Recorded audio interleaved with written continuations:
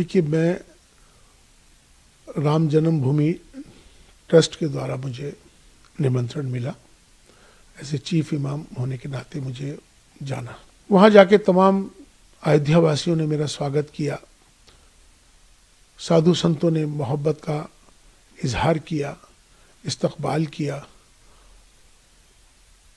वहाँ से मैंने अपना एक पैगाम, जो कि पैगाम मोहब्बत, मैंने वहाँ से दिया। ये फतवा जारी कल किया है। वैसे तो मुझे 22 जनवरी की शाम से ही तमाम मेरे नंबर्स पर अलग अलग जगहों से मुझे धमकियां आने लगी, मेरे खिलाफ नफरत अंगेज माहौल बनाने लगे। एक बिंदु उनका यह है कि आप प्राण प्रतिष्ठा में क्यों गए? आप चीफ इमाम हैं, आपको जाने का अधिकार ही नहीं है, आप इसलिए आप पर कुफ्र का फतवा जारी होता है। मैं उनसे ये बात कहना चाहता हूँ, पहली बात तो ये इस्लामिक देश नहीं है, ये भारत है, ये सनातन भारत है। अगर मैं राष्ट्र के साथ, देश के साथ अगर प्रेम कर रहा हूँ, मेरा ये दोष है कि मैं अपने देश से प्रेम करता हूँ, मेरा इसलिए विरोध कर रहे हैं, तो मुझे लगता है कि शायद उनको पाकिस्तान चला जाना चाहिए।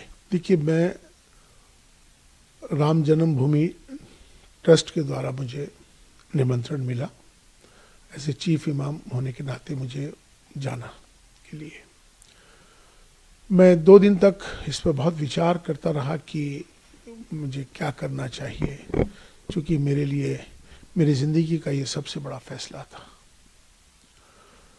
मैंने फिर फैसला ये लिया कि मुझे जाना है आपसी सौहार्द के लिए, अपने देश के लिए, राष्ट्रहित में। ये मैंने फैसला लेते हुए मैं अयोध्या चला गया।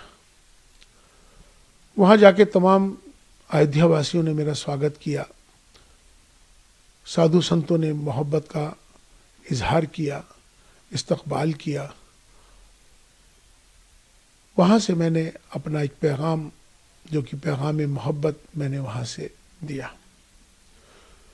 वो पैगाम मोहब्बत जो था, मैंने उसमें कहा कि हमारी सबकी जातियाँ ज़रूर अलग हो सकती हैं, हमारे पंथ ज़रूर अलग हो सकते हैं, हमारे इबादत करने की तरीके, पूजा पद्धति अलग हो सकती है, हमारे सबके धर्म ज़रूर अलग हो सकते हैं, लेकिन हमारा जो सबसे बड़ा धर्म है इंसान और इंसानियत का है। और हम भारत में रहते हैं, हम सब भारतीय हैं। आओ हम सब मिलकर भारत को मजबूत करें, भारतीयता को मजबूत करें, राष्ट्र सर्वोपरि है। ये पैगाम मोहब्बत जैसे ही दिया, देश के तमाम सारे चैनलों पर, तमाम सोशल मीडिया पर ये मेरा वायरल हो गया।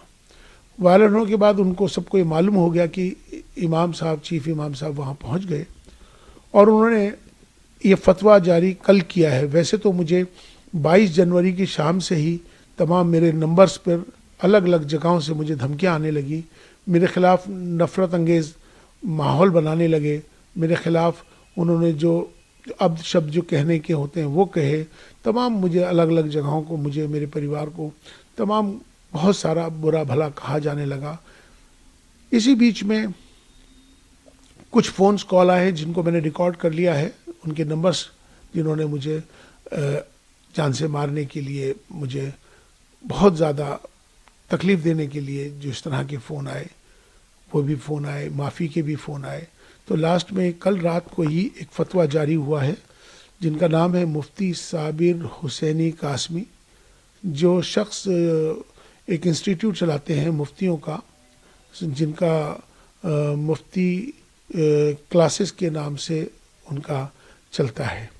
मैं उनको जानता नहीं हूँ, मेरी उनसे कोई जानकारी नहीं है, लेकिन ये सोशल मीडिया के माध्यम से, वो तमाम देश भर के इमामों के माध्यम से मेरे पास अलग अलग जगहों से फतवा आना शुरू हो गया था।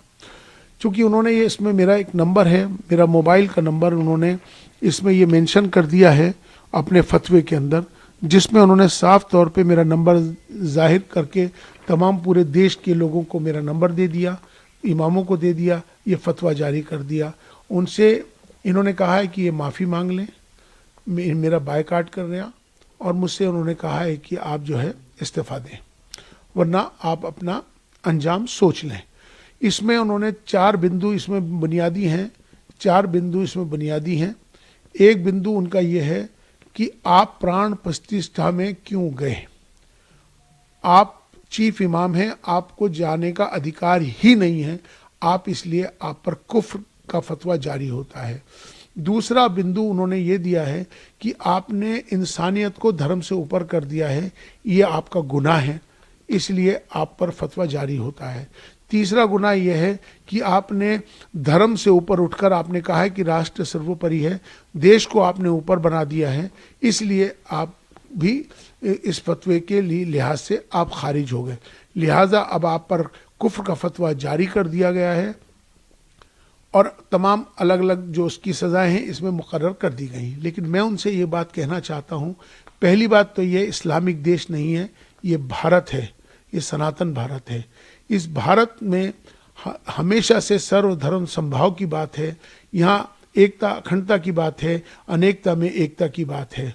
अगर उनको मेरे इस पैगाम मोहब्बत से तकलीफ़ है, मेरा विरोध कर रहे हैं, तो उनको मुझे लगता है कि अगर मैं राष्ट्र के साथ, देश के साथ अगर प्रेम कर रहा हूँ, मेरा ये दोष है कि मैं अपने देश से प्रेम करता हूँ, मेरा इसलिए विरोध कर रहे हैं, तो मुझे लगता है कि शायद उनको पाकिस्तान चला जाना चाहिए।